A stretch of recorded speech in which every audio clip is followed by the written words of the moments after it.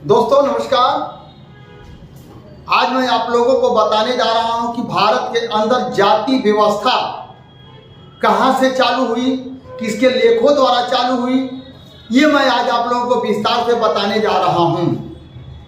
जब बौद्ध धर्म यहाँ पर था, महात्मा बुद्ध के अनुयायी लोग थे, उस टाइम भारत के अंदर जाति व्यवस्था नहीं थी।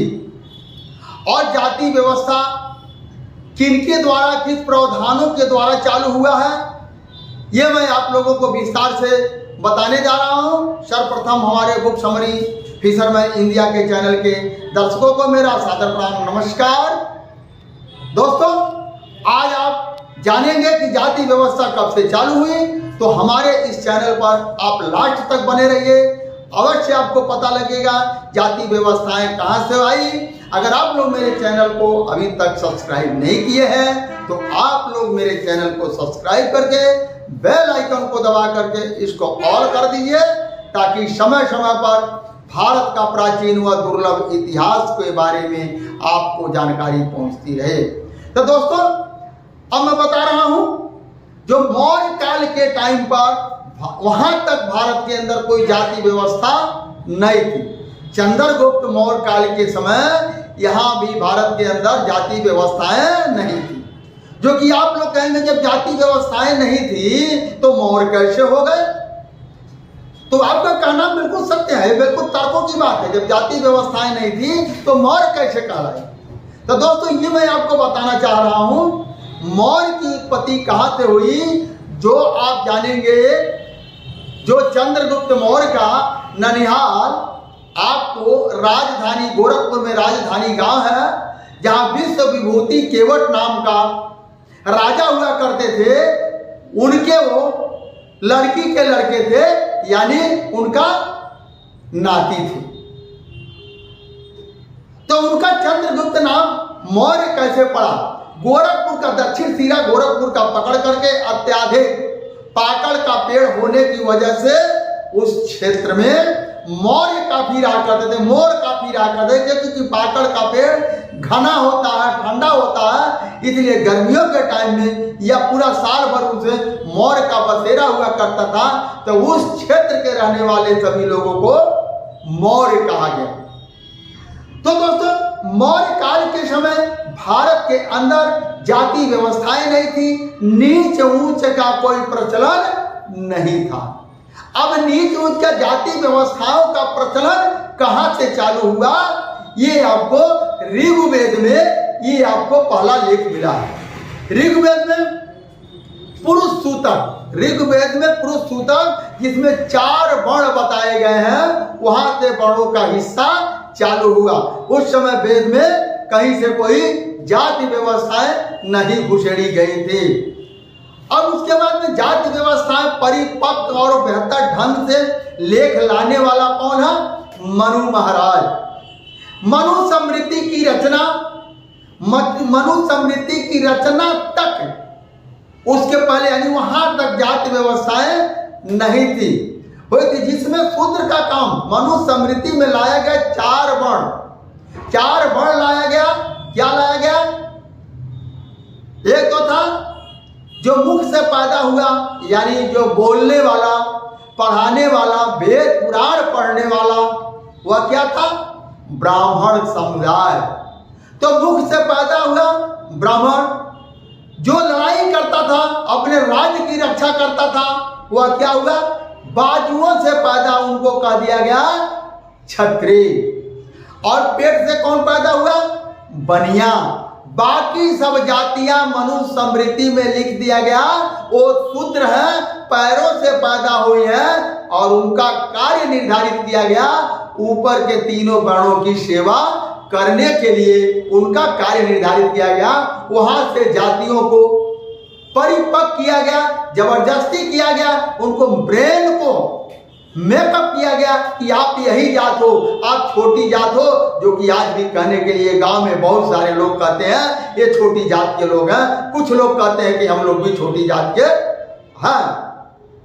उसके बाद और परिपक्व जातियां कब कब आई, यानी आए दिन एक एक ग्रंथ भारतीय मूल निवासियों के लिए एक एक ग्रंथ लाया गया जिसमें जातियां दर्शाई गई, और जो कि महात्मा बुद्ध के समय में कोई हमारे भारत के अंदर कोई जाति व्यवस्थाएं नहीं थी। तो क्या कौटिल्य नाम, जब कौटिल्य शास्त्र का निर्माण हुआ, जब कौटिल्य शास्त्र का निर्माण हुआ जिसमें वर्ण के आधार पर राजा को कोई दंड देने का प्रावधान नहीं था। यानी वर्ण के आधार पर राजा कितना भी गलती करेगा उसको कोई सजा नहीं दिया जाता था, और ब्राह्मण अगर कितना भी गलती करता था उसको भी सजा नहीं दिया जाता था, कि उसको भी सजा नहीं दिया जाता था। बहुत ज्यादा घोर अत्याचार करता था, बहुत बड़ी गलती हो जाती थी तो वह कौटिल्य शास्त्र में और मनुस्मृति में लिखा गया है कि उस ब्राह्मण को धान्य देकर के राज्य से निकाल देना चाहिए। लेकिन शूद्र अगर जबान से कोई गलती होती है तो उसकी जबान कटवा लिया जाता है। अगर छोटी जाति के यानी निचले स्तर के SC ST OBC उस समय में अगर वो अपनी निगाहों से कुछ देख लेता था तो उसकी आंख को फोड़वा दिया जाता था। अगर वह वेद पुराण कहीं लोग पढ़ रहे हैं वो सुन लेता था तो उसके कान में गर्म शीशा डलवा दिया जाता था। ये क्या हुआ?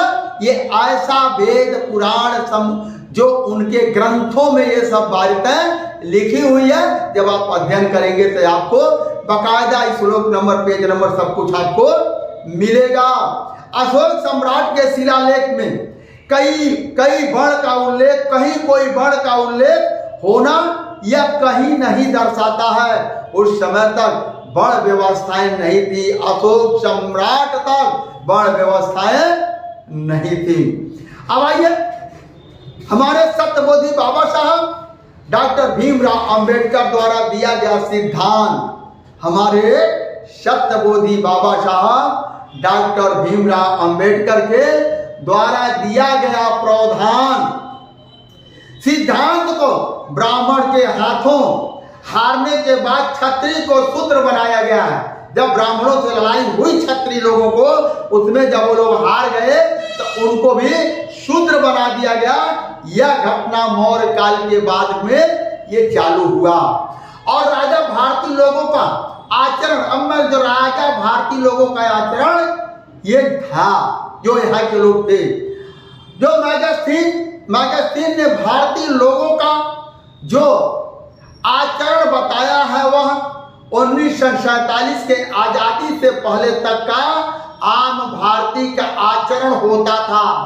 आजादी से पहले ज्यादा परिपक्व जातियां तब हुई जब हमको आजादी मिला, क्योंकि अंग्रेजी शासन में जाति व्यवस्थाओं के आधार पर नहीं बल्कि कानून के आधार पर सजा दिया जाता था, जो कि पहली बार भारत में सामंत नाम का ब्राह्मण कलकत्ता में पहली बार फांसी दिया गया।